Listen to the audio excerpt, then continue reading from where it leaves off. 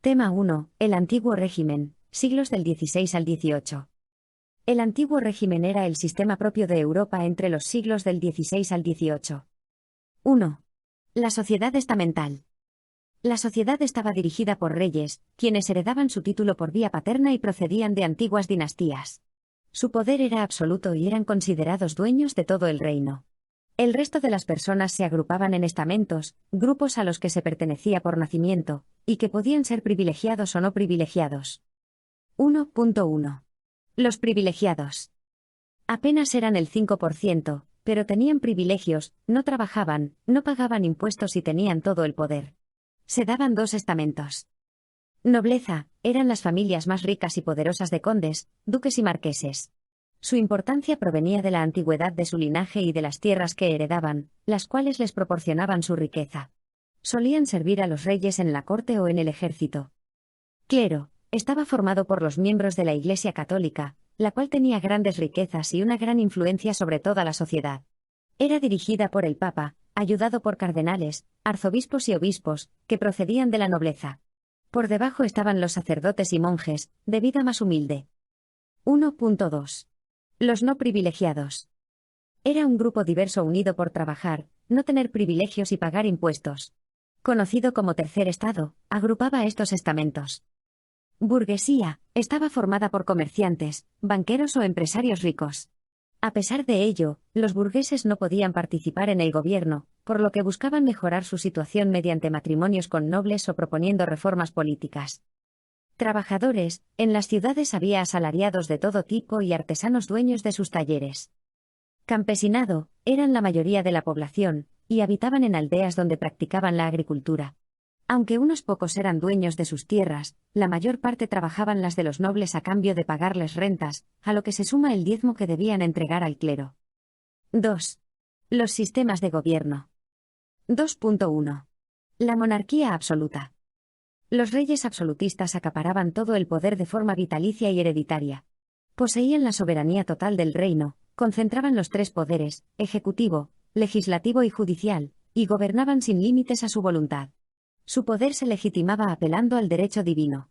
El mayor ejemplo es Luis XIV de Francia. 2.2. El parlamentarismo. Muy escaso, se basaba en la existencia de un parlamento representativo de la población que servía para evitar el poder absoluto de los reyes.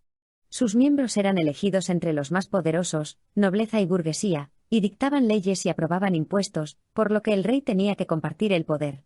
El mayor ejemplo es el Parlamento inglés. 3. La economía. 3.1. La agricultura. Era la base de la economía, y a ella se dedicaba la mayoría de la población. Era una agricultura familiar de subsistencia con poca tecnología y dependiente del clima. La inmensa mayoría de la tierra pertenecía a la nobleza, y la iglesia y era trabajada por los campesinos a cambio de rentas. 3.2. La industria. Tradicionalmente, la producción de objetos se había llevado a cabo de forma artesanal por parte de los gremios, asociaciones de artesanos que servían para fijar normas y apoyarse mutuamente. En el siglo XVIII los burgueses desarrollaron dos nuevos sistemas industriales en los que invertir sus beneficios. Sistema doméstico, el empresario llevaba materias primas a los campesinos para que tejiesen en épocas de descanso. Luego recogía los productos finalizados y los vendía. Sistema fabril, el empresario creaba grandes talleres urbanos donde se concentraban la producción y los obreros. Los gremios se opusieron a estos sistemas, ya que empleaban a asalariados y fabricaban más barato, saltándose las leyes gremiales, pero los nuevos empresarios contaban con el apoyo real, ya que aportaban muchos impuestos. 3.3. El comercio. Tuvo un gran crecimiento y lo podemos dividir en comercio interior. Empezó a desarrollarse en el siglo XVIII gracias al crecimiento de la población, y al aumento de los caminos y vías fluviales. Comercio exterior. Creció enormemente gracias a los imperios coloniales, que aportaban productos muy valorados como metales preciosos y cultivos de plantación como algodón, tabaco, azúcar o cacao. Tomó forma de comercio triangular. 1. De Europa a África se llevaban objetos y armas. 2. De África a América se llevaban esclavos para las plantaciones. 3. De América a Europa se llevaban productos de plantación. Benefició mucho a los comerciantes burgueses y a los reyes que les cobraban impuestos, mientras que perjudicó mucho a África por la esclavitud. 4. La Ilustración. 4.1. El pensamiento. Fue una corriente de pensamiento que criticaba al antiguo régimen y buscaba crear una sociedad más justa y desarrollada. Fue defendida por la burguesía, que buscaba acabar con la sociedad estamental y los privilegios. Sus ideas eran: la razón y la ciencia son la única forma de comprender la realidad. La educación es el medio de hacer progresar a la sociedad. Estaba en contra del poder absoluto de los reyes y la sociedad estamental. Todo el mundo debe tener libertad para vivir, expresarse y trabajar. Los principales autores fueron: Voltaire, defendía la creación de un parlamento y la libertad política.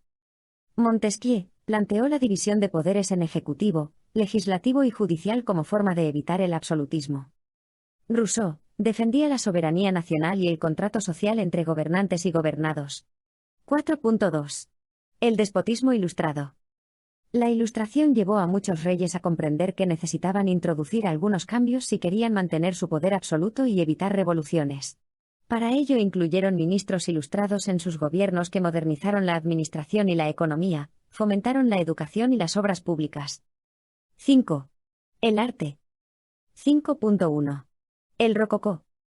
Este estilo del siglo XVIII es una evolución del barroco caracterizada por la elegancia y la belleza. En arquitectura los edificios buscan la ostentación de la riqueza, y están decorados al máximo con materiales lujosos. En la pintura se mostraban temas cotidianos y refinados con colores claros. Es un arte muy valorado por la nobleza. 5.2. El neoclasicismo. Este arte fue una respuesta a los excesos del rococó, por lo que defendía la vuelta al arte griego y romano, más sencillo y racional. En arquitectura se recuperaban los elementos clásicos como las columnas, frontones o cúpulas. En pintura y escultura destacan la composición y la belleza ideal, tratando temas mitológicos e históricos. Es un arte muy valorado por la burguesía.